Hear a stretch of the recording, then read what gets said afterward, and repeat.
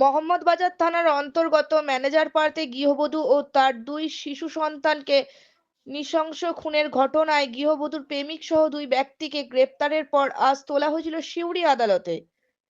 পুলিশের পক্ষ থেকে 14 দিন পুলিশ হেফাজত চাওয়া হলে বিচারক সমস্ত দিক বিচার করে 9 দিনের পুলিশ হেফাজতের নির্দেশ দিয়েছেন। মার্চ মাসের 3 তারিখে ফের সিউড়ি আদালতে তোলা হবে তাদের। গ্রেপ্তার হওয়া প্রেমিক নয়ন বিদ্যার আদালতের বাইরে সংবাদ মাধ্যমকে জানিয়েছেন টাকা পয়সা সংক্রান্ত অশান্তি চলছিল তাদের মধ্যে। সিউড়ি টাইমস, সিউড়ি বীরভূম। বলছি আজকে কাদেরকে তোলা হয়েছিল, কোন কেসে বা কি ঘটনাটা কি হয়? আজকে দুজন আসামিকে তোলা হয়েছিল। একজনের নাম হচ্ছে কি নয়ন বিদ্যার, আরেকজনের নাম হচ্ছে কি সুনীল মিদ্যা।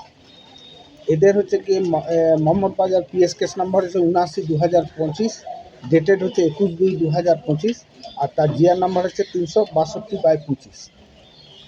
এই মোহাম্মদবাজার থানাতে লক্ষ্মী মার্ডি, তার ছেলে অভিজিৎ মার্ডি এবং তার মেয়ে রূপালী মার্ডিকে মানে ঘরের মধ্যে একটা অচৈতন্য অবস্থাতে মানে পাওয়া যায়। সেটা কে বলেছে না, ওই মাতাল মার্ডি এর একটা লিখিত অভিযোগ কমপ্লেন করে এবং সেই লিখিত অভিযোগের ভিত্তিতে ওদেরকে তিনজনকে রামপুরহাট মেডিকেল কলেজে নিয়ে যায় এবং রামপুরহাট মেডিকেল কলেজ তখন ওদেরকে মানে মৃত বলে ঘোষণা করে।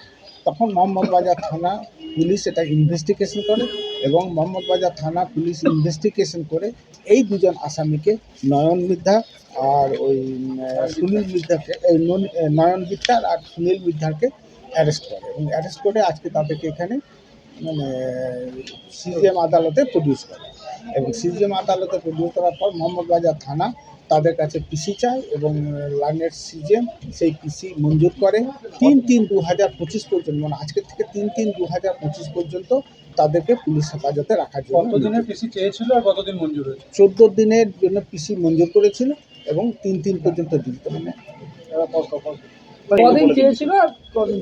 14 দিন মানে পিসি চেয়েছিল আর 9 দিন তাকে অ্যালাউ করেছে। আপনার নাম?